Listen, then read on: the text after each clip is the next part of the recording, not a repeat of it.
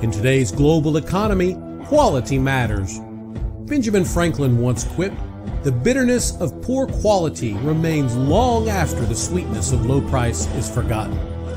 Quality Matters is here to talk about all things quality. So whether you're looking to improve your business, getting ready for an audit, or dealing with failed inspections, tune in, check us out, then get back to doing work that matters.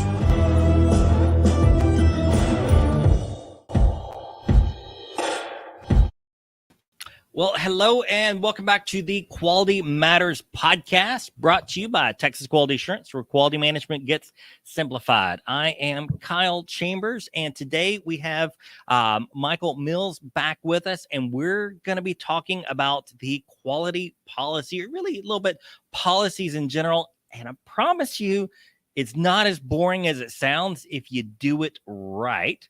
So, Michael, welcome back. Thank you so much. It's good to be here. So, any lizard people have anything to do with the quality policy? Not that I'm aware of, but I think they would make it more interesting if they did. That's for sure. That's for sure. Most things could, but yes. So, yeah, I was joking before we got on here, and I admit I have been guilty of doing it myself. We tend to write these just horrible policies of we will do good things and we will follow all the rules and requirements of our interested parties and stakeholders and continually improve. That's a quality policy that's technically compliant, right? It is. And it's so motivating. Yeah, that's the thing is, most quality policies end up being kind of like warm vanilla pudding. It's like, it's hard to find something wrong with them, but there's not a lot of there. No, it's just so lifeless. It's like, oh, you were required to write that. Yeah. And I think part of the problem really is that the standard specifies you've got to say these things. Yeah. So, there's, if you had any creativity or any interesting spin to put on it, you've got to stamp that out because the standard specifically says it must say these things. Sorry, I interrupted. No, you just hit the nail on the head. If you have any creativity. Yeah. And I don't think anyone ever read the standard and said, "Oh, that's creative." When you say ISO 9001, do you think artist? Mostly not. Yeah. Okay, so no, go ahead. But yeah, it requires kind of that spark. Yeah, and the thing is, we started talking about this a little bit last week of what is a policy there for?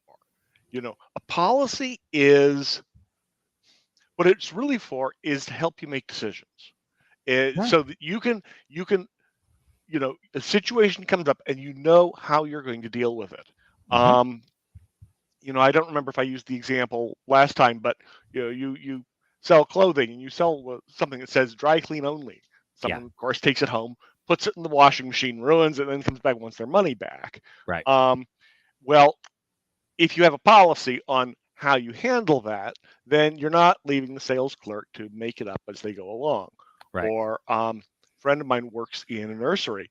Invariably, they'll sell somebody a plant, come back 3 weeks later, it's dead. I want my money back. Did you water it? Wait, what? I'm supposed to water it? So again, a policy is helpful for that. Well, honestly, I don't think anyone ever went to work and said, I just can't decide whether to do a good job today or not. Boy, I'm glad there's a policy that helps me out with that. Yeah. Well, here's one thing that I've looked at, and it gets difficult when you're working through and trying to help a client, put it in place. But like, we've seen drug policies in companies. Yeah, okay. Sure. Okay. And they handle them differently. So like, some companies do random drug tests, some of them it's required, and some of them, they've, all sorts of different requirements in there, but it kind of tells us this is who we are. This is what we care about in regard to this one little topic. Right, then you right, have right. your anti-harassment policy. Okay, cool. So, and Sure. you go to a machine shop versus, a software development company. Very different harassment policies. Sure. And Um, you'll have safety policies. mhm, I once talked to some people that uh, run a mine, and one of the things I was asking them about is there a risk of lung infection and so forth. mhm, Well, there used to be until like sometime in the 1950s, they developed a particular kind of mask mhm, mhm. that, and they said after that, no. And the way they enforced it was very simple. The road into the mine, there's a big stripe painted across the road. Yeah, If you were found on the other side of that stripe and you don't have your equipment on, you're fired. Full stop. No discussion. pretty That's a straightforward. policy. Yeah, And yeah, and the incidence of lung problems, boom, yeah, yeah. cut off with a knife. I've tried to think of good parallels for folks to explain, and really the best parallel I have is, I've got a very strong faith background, so it's kind of where this is coming from. But it's like, Sure. you see in the New Testament, they're questioning Jesus about, they're wanting him to rank which of the 615 laws plus the hundreds more in their interpretation of the laws, what's the most important. So they ask him, what's your yoke? And so it's kind of where I see this is like, okay, so we've got 1,000 rules we need, like safety. I'm sure that is not the only safety rule, but it encompasses where you stand. Yep. And so, he had two, right? Love your God, love your neighbor. Overly simplified. But if you follow those two, every other rule you interpret has to meet these two. And if every other rule doesn't meet those two, you probably messed up somewhere. Right. And so and you've got a framework then, and it's not that the other stuff doesn't matter, but that it fits into the framework somehow. Correct. So, and sure, a policy can do that. It's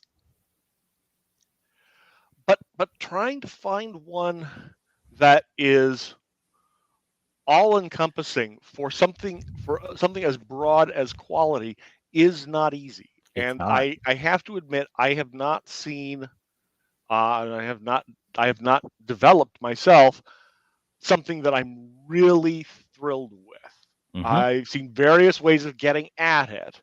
I worked somewhere where the quality policy was 7 paragraphs long. Now, the downside is nobody can remember that. The upside was each paragraph was about a specific topic. So, and the one about a particular topic, there it was a little punchier. So, if you're in purchasing, you care about this. If you're in production, you care about this, and so on. And it worked its way down. And yeah, somewhere in there it said following applicable requirements and continuous improvement. But but it's I'm not sure how I want to say it, but it's an attempt to get at the problem, and it's one way to do it, and it worked. I'm not sure that I would say it's the perfect way to do it, but I haven't seen a perfect way to do it. I agree there as well. I helped a client last year do something similar. It wasn't quite so long, but it did nearly fill up a page. I'm sitting here scratching my head. I'm like, man, I feel like a policy should only be, 2 or 3 sentences, paragraph at max, really. But I'm like, I really like what we came up with here. It not just encapsulated the work they did, encapsulated why they did it. And it's like, man, if you could give someone this on their first day and say, every situation you run into had better be in alignment with this. And it was almost a glorified mission statement. It was a mission statement with some teeth. Okay. But again, you can't ask people to recite it because it's too long. Right. And I saw one other company that did something similar to what you were suggesting. So they had the company policy, but then they had each department write their own interpretation of it for their department, which is kind of what you were just describing. Okay, it's.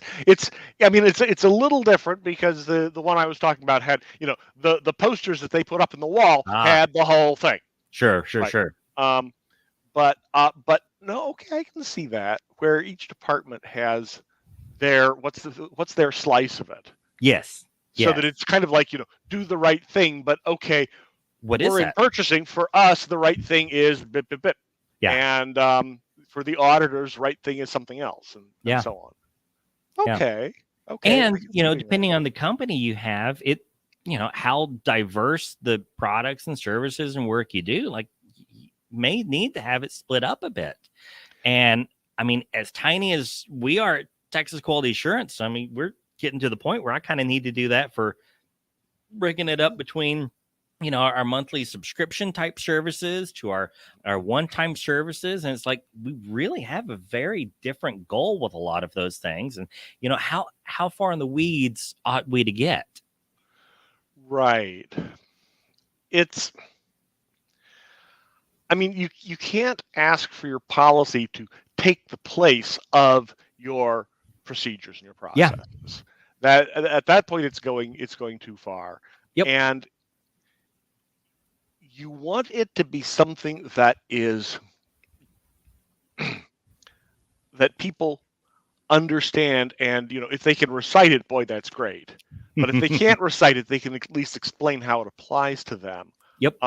Because otherwise you run the risk of something that I sometimes call stupid auditor tricks, which is as an auditor, if the whole thing is going really slowly, and I pause here to say we are not paid by the finding, so it's there's never a quota, but I have seen in slow audits, I have seen auditors suddenly grab someone in the hallway and say, "Tell me the quality policy." Yeah. And yes, there's supposed to be one, and yes, it's supposed to be communicated, and so everyone should know it.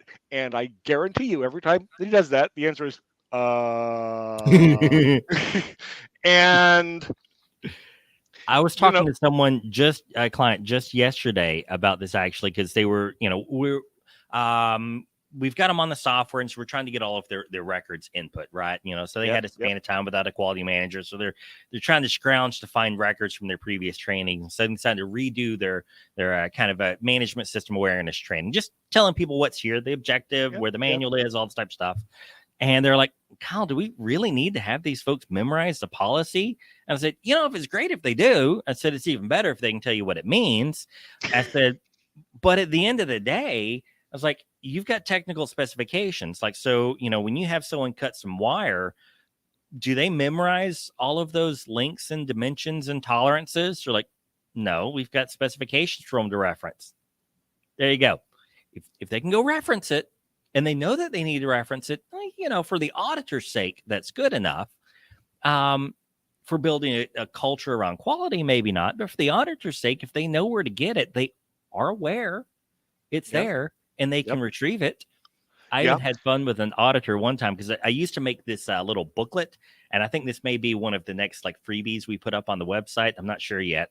Hey, if anyone listening to this would like this to be a freebie, let me know. But we would make this little booklet, and it was like 8.5 by 5.5, just fold in half, right? Sure, right. And I would put answers to common questions that the auditor would ask. What's the policy? Here it is, and all these different terms we look for, and key processes and whatnot. And I had an auditor one time give me a lot of crap about that. He said, "Kyle, everyone, all they're doing is pulling out your booklet for everything I ask them." He's like, "I don't really feel like I'm auditing the people. I feel like I'm auditing your booklet." And I said, "Yeah." Now, when you went to, you've got your global exemplar, right? So I said to him, he's like, "Yeah." I said, "Okay. Now, to get your global exemplar, you had to go take a test to get your auditor certification from whomever it was, whether it was DECRA, LRQA, Perry Johnson, whoever." He's like, "Yeah." I said, "When you took your test, were you allowed to have a copy of the standard with you?" And you just see him put his hand on his face. Yes. I was like, my people get the same thing. Yeah. So no, the that had the 7 paragraphs. Yeah. Oh, Actually, their approach to awareness. They said, when the auditor comes around, assume that they're going to ask you about this, but we don't want you to quote it. We don't care. Tell them why it makes a difference in your work. What do you bingo. do differently in your work because of this? Bingo. And if you can explain how it applies to your work, that's all that we as a company care about. Yep. And so that should be good enough for the auditor. And I was like, okay, we can do that. Fair enough. Now, let me ask your opinion on this before I maybe dig into to share mine. Is so the standards got some very specific language we want to include in regard to the policy. And so if you're dealing with ISO, it's the same on 14,001 for environmental, 45. It's the same on all of them, whatever it is. They've got this very specific language. And so we wind up with a regurgitation of the ISO requirements with the company name and the key service they have. Right. So what benefit do you see in the language continually improve being part of the policy?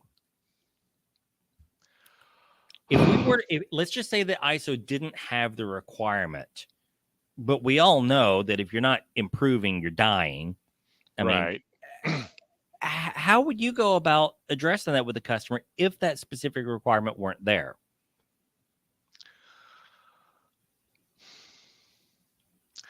If they were doing something, okay, if the requirement weren't there, if they were doing something distinctive that set them apart from everybody else in their industry that was related to that, then it would make sense to call it out. We work for Whizbang. We're better than all of our competitors because at Whizbang, we, whatever it is.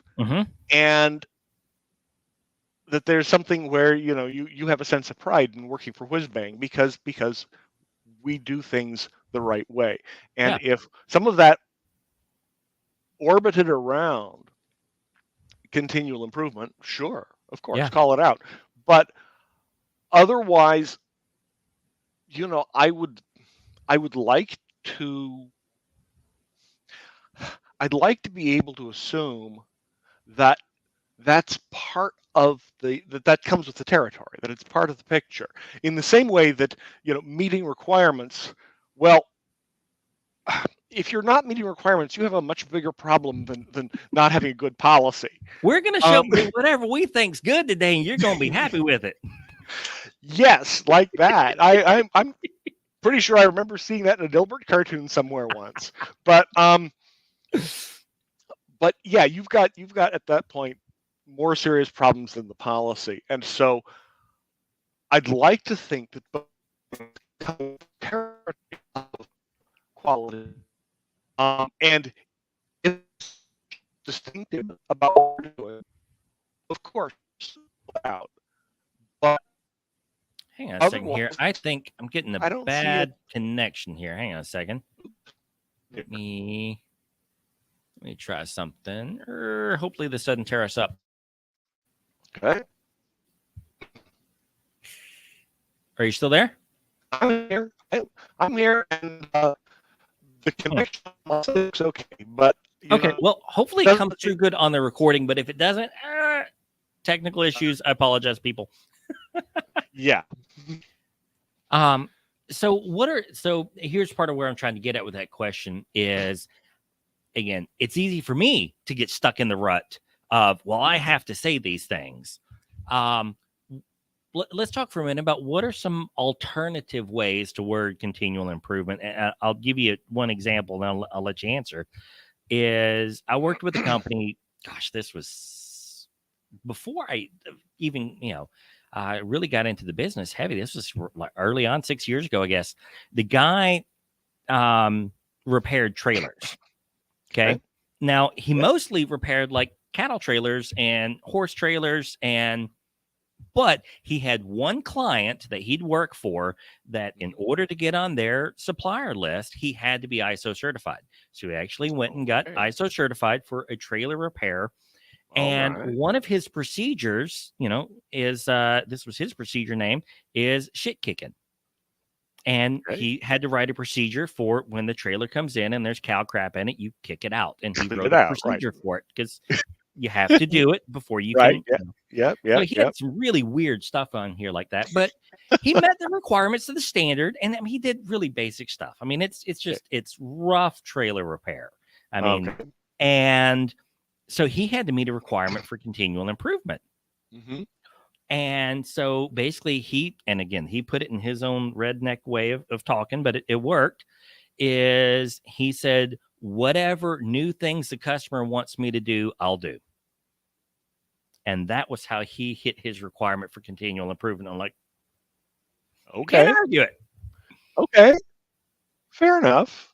So what are some other ways that we can talk about these kind of goofy requirements? I say goofy because the standards like common sense in legalese.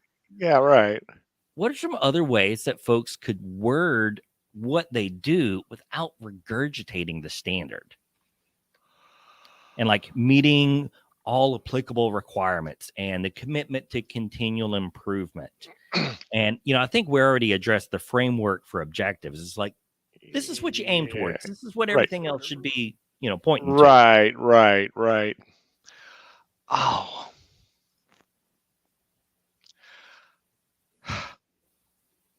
Just anyone listening. Again, I'm not sure. This is two hardcore quality geeks here that struggle with this. So if you struggle with it, you're in good company. Yeah, exactly.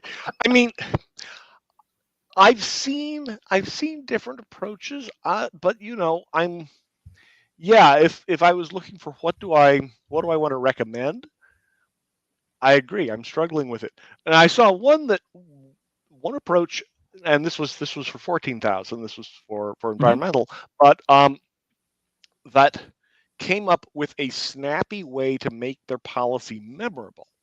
Okay. And now the requirements, there's very specific ones in the 14,000 standard. They're slightly different. Yeah.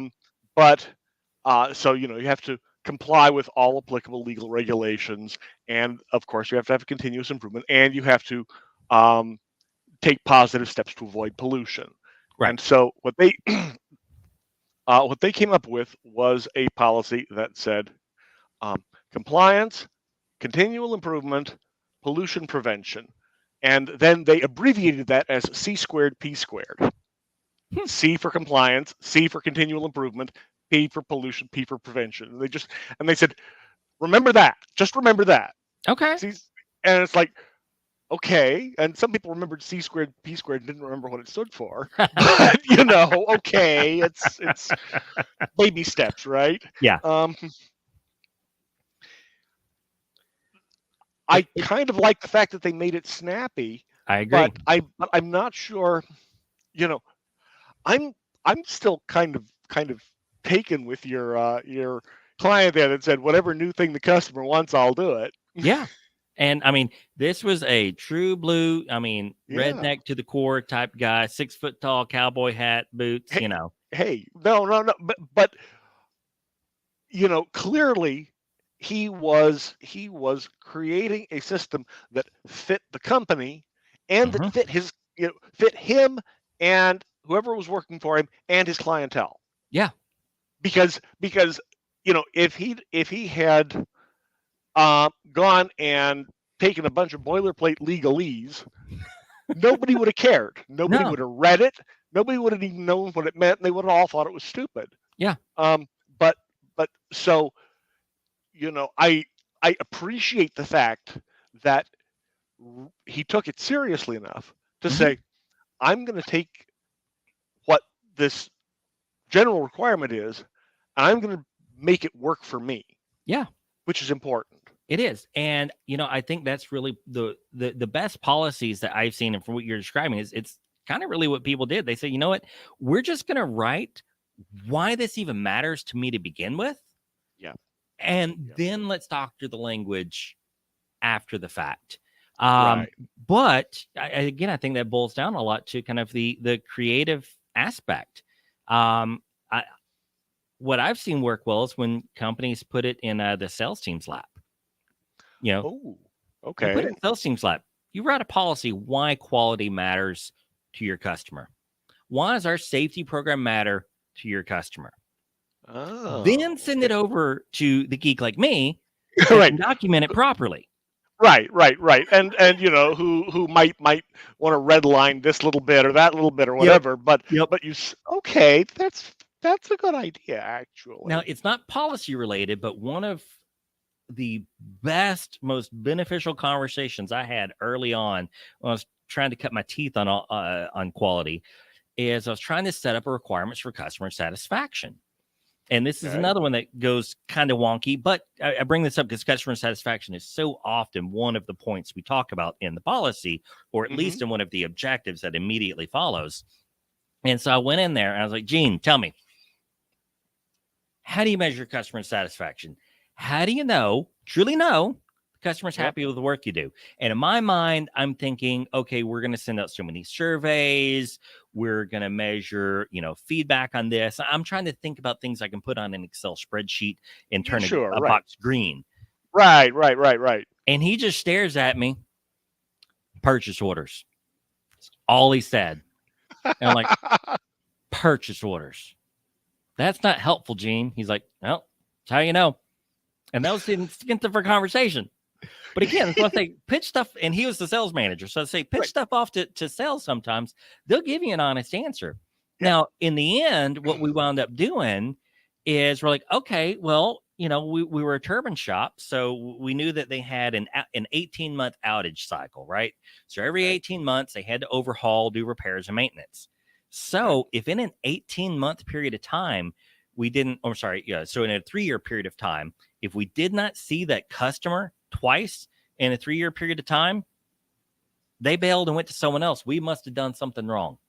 Okay. And so we created a customer retention rate based on a year-over-year, 18-month, year-over-year, right. over a 3-year period of time. It's so stupidly simple, but I never would have thought of it. If he hadn't said that, right? Yeah. If I had spent all of my time talking to my CEO, my CFO, and me, the compliance and quality guy, like it never would have crossed my mind. Right. Okay. No, that's good. That's good. Now I remember at one point talking to a one of our product managers. Well, it was sort of a specialized case. He had this little product niche where he was product manager, project manager. He sort of ran the whole show there. And I asked him, how do you know if your customers are satisfied? And he says, sales are up. Yeah. Now, which seems like a BS answer up front. It's yes and no. And if what you're selling is a commodity, it probably is. Okay, you're selling the same thing everyone else is, but they'd rather buy from you. Right. Then actually that makes sense as a good answer. In his case, it's like, dude, your product is so specialized that to all intents and purposes, you have a monopoly on the market, because it's this weird little niche. True. And, then we talked some more, and that's a good point. He reminded me, because this is not the first time I'd been auditing him, because it was internal audits, and so we went on. But he reminded me that they had regular customer events where they would actually sit down. They would have a 3-day conference and call customers in and sit down and talk with them, listen to their concerns and so forth. That's how he had gotten into this position. That years ago, there were other companies that were trying to do the same thing, and they said, forget it. It's, it's not worth that level of effort. If he wants to do that, he can have the market. So that's why he had gotten there, and they were still doing it. So yes, there were these other things, but yeah, his first answer was sales are up. Yeah. But so it is. Sometimes it really does. I mean, you kind of started out a conversation here on the topic. Is it really does need to be a little bit more of a creative, out of the box exercise when we sit down to write our procedures. Now that's different. Yeah. What do you do? Tell me the critical stages. What are the requirements? What records do we need? But this really is a different exercise, and you do need to involve people that have that kind of creative spark. And Absolutely.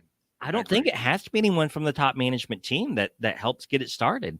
I mean, if you've got someone that thinks a little outside the box, let's bring them in. Yeah. I mean, provided that what they come up with is something that the rest of the organization is happy to sign up to. And, but yeah, you don't necessarily, as you say, you don't have to get someone from top management to be creative. Get someone to come up with something. And Yes. it's like, is this okay with you? It is? Great. Sign here. Boom. And we're off and running. Right. And they can always send the stuff back to us to go through and tweak and reword and make sure it's all in alignment. Right. There's always room for that. But no, I mean, it's like I say, the best ones I've seen have been where it really looks like they took their mission statement and tried to put some teeth to it. So I don't want to use anyone's, particular stuff. No, of course, but other than the guy that's got the crap kicker. But I like that. Yeah. That's but is, like for us, our mission statement is save time and energy for what matters most. Okay, well, that doesn't really tell you jack squat about what I do. That could be for most anything. So when you dig down to putting the policies, it goes like, well, okay, how do we do that? Well, first, you probably need to specify who your target is. What industry we're targeting. So for us, this was a big deal during COVID, and it meant giving up some clients that I'd worked with before. Any of these big oil and gas service companies, we just said bye. And we said we're only working with small and mid-sized business. Okay. And so, small mid-sized business for quality assurance, compliance management, save time and energy for what matters most. That's how ours starts out. Then I add the little legalese that I have to put in there. Of course. But that was how we did it for ours. But yeah, it's a weird process to write. It is. Building off the mission statement. You have to remember that one. So you said this one that you had where they broke it down into the departments. I'm curious, how many departments were there?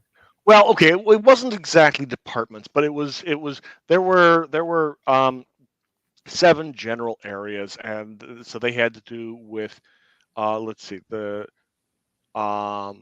existence, how we handle procedures, how we handle requirements, how we handle our suppliers, how we handle our customers. Okay. This was a couple of years ago. I'm not sure I remember the other 3 off the top of my head. I like that though. And that goes a lot longer than, because one of the things I get frustrated seeing is you get all these placards up on the wall that sound great, but you give me some teeth to it. Again, it's like, we want 0 incidents. Cool. Who doesn't? Who says we want 3 people hurt this year? Okay. Yeah, right.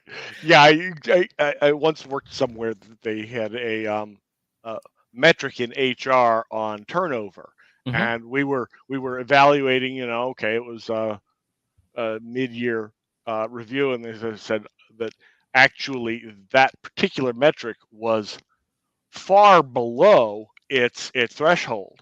So deep green, basically. And the comment was, "Wow, go fire somebody quick, so we can bring it back up to where it's." But yeah. Exactly. So safety's one. It's like, okay, well, safety first, and like, okay, well, that sounds good. And I guess that's one of the things that frustrates sometimes when I see these policies and they go slightly outside of reciting the standard. It's almost meaningless placards. And so the safety side's one where we want safety first. Cool. How far are we taking safety first? Now, I know there's going to be some safety managers listening to this that are like going to start throwing something at the computer or whatever. But if it really was safety first, would you get in your car today and go to work? Would you even go to work if it was safety first? I guess COVID was safety first for a lot of us. But your point, is it's actually, always some kind of trade-off between risk and reward. And so, but you don't want to say, well, we want enough safety that we have a profit margin of this, because that just sounds all wrong. Yep. So yeah. I went into a site one day and they had a big orange sign before you walk into the shop. And I'm sure this isn't as uncommon as I'm making it sound. Is, they had this big orange sign that said, your husband / wife and kids are looking forward to seeing you home today. And I'm like, okay, I like that. I like that. That's a lot better than 0 incidents and safety first. I'm like, okay, I can get behind this. This is good. Right. So what maybe some what are some hiccups you've seen when people try to write these things that other than obviously regurgitation of the standard that you think folks might ought to try to avoid? Gosh.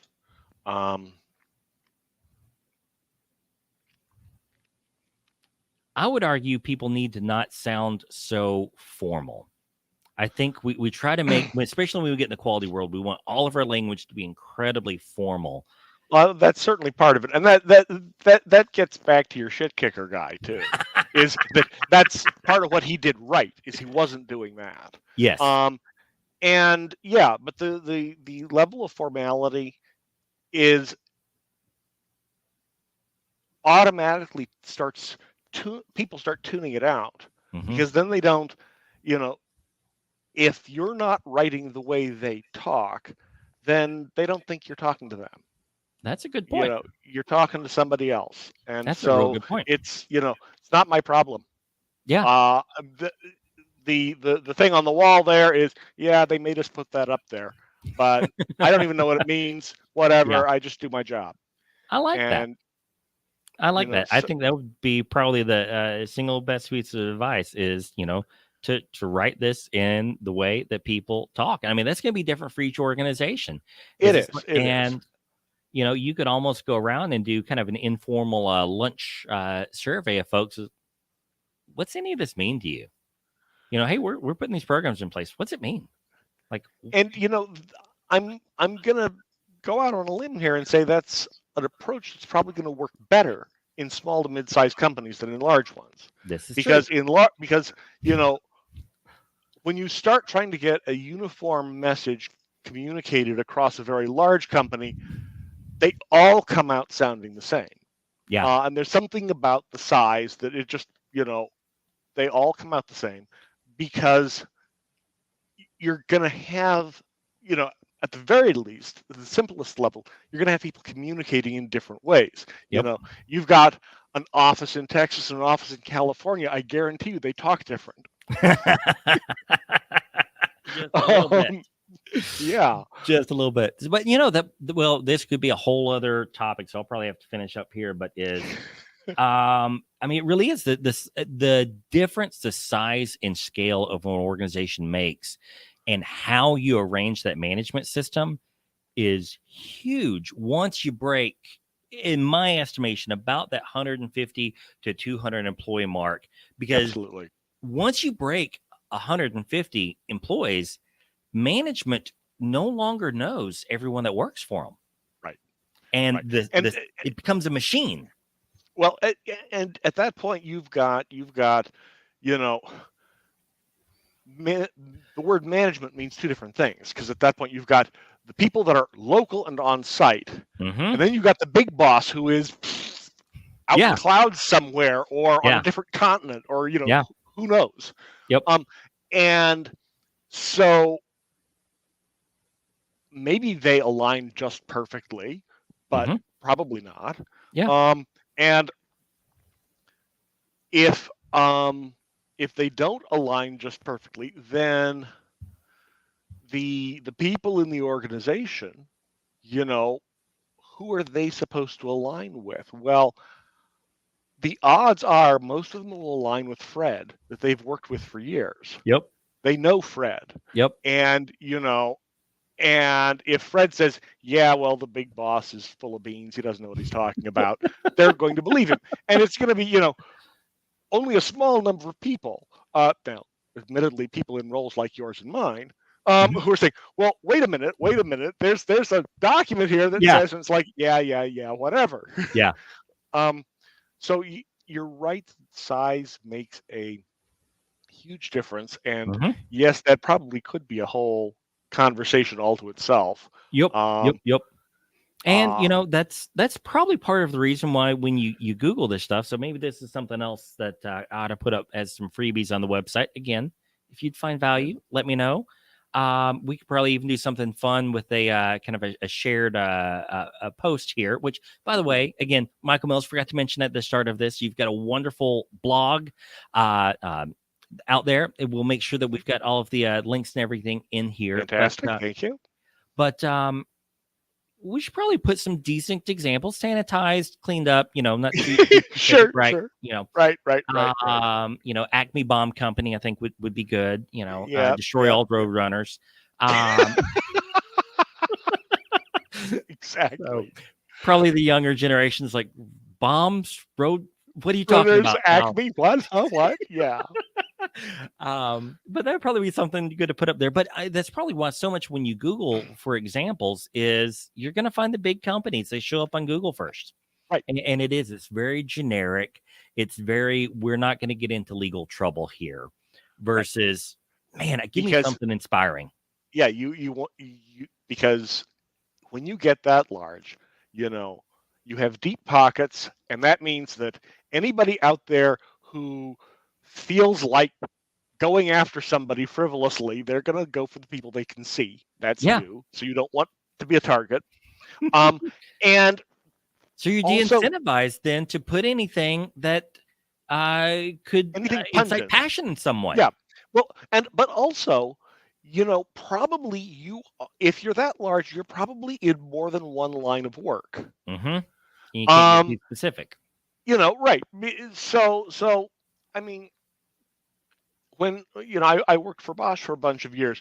Bosch makes they're famous for what, spark plugs, but also refrigerators and pumps. What do those all have in common? You make them. That's about it. We make good stuff. Yeah, so you cannot get really specific. Because something that's going to make you passionate about making really good spark plugs is not going to be appropriate for making dishwashers. I mean, you can also want to make good dishwashers, but it's a different thing. It's a different that you're building. No, absolutely. And then define it's hard good. to do. Yeah, right. So no, this is good. This is a lot of fun. So go ahead and tell us a little bit about how they can find out more about you, sign up on your blog, and anything else you got going on if they want to learn more from you. I basically the blog is pragmatic-quality.blogspot.com, and I put out opinions once a week on pretty much anything. The whole idea is on how to handle the quality business in a pragmatic way, so that you can actually get work done. Go figure. Be compliant, but get work done. Yeah. You don't want quality to be a ball and chain you're dragging around everywhere. No. That's just no fun. That's just no fun. And other than that, I mean, the work I'm doing, I'm supporting some clients locally, but it's kind of small scale right now. Cool. But it's check out the blog, and then I whenever I post something there, I put out a little advertisement on LinkedIn. Cool. So you can find me on LinkedIn as well. Cool. And I love the conversation. I love the engagement. So if you see anything there that you read and think this guy doesn't know what he's talking about, please leave me a comment. Yes. Let's talk about it. Yes, absolutely, man. Hey, I appreciate your time so much today. You take care. We'll be talking again soon, I'm sure. Sounds great. Talk to you later. Hey, everyone. So that is the wrap on the episode today, talking about the quality policy. So make certain that you don't get the geeky quality guys like me writing it from the start. You probably do want to get some engagement from the folks that maybe have been there for years, maybe got a little bit of creative spark, maybe see things from a different angle and aren't afraid to shake up some of your ideas and notions about what the company is and the direction it's going. But the quality policy really can be a fantastic document to drive a culture around quality, or if we're dealing with health, safety, environmental, whatever else it might be. It really can be a fantastic document to drive and build that culture if we allow it to be. Want to mention again as well that we are working with OGGN, the Oil and Gas Global Network, and we're putting together a really, really fantastic conference. You can Google Energy Continuity Conference or go to energycontinuityconference.com. And we are putting together a full list of speakers, vendors, activities, you name it. If you need to worry about business continuity, risk management, contingency plans, we're going to have something there for you. So check it out. If you want to learn anything else about us, all the links will be in the show notes below. And you guys take care.